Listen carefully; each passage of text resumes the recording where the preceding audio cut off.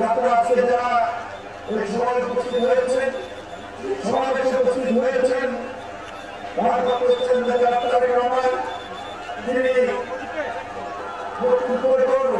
নতুনভাবে নির্মাণ করবো, নতুনভাবে নির্মাণ করবো, সেই জন্য আমরা সমাপ্তি ঘোষণা করছি।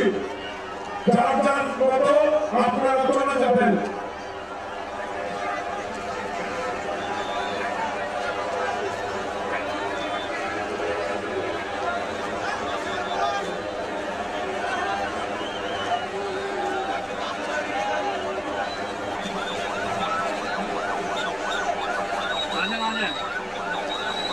এখান থেকে ভিডিও করেন, ছবি ছিলাম আপনি মনে হয় যে ওই প্রেজেন্ট পিছনে ছিলেন, ওটা পিছনে ছিল, ওই যে এগুলো ভিডিও ছিল, এই জন্য দেখেন।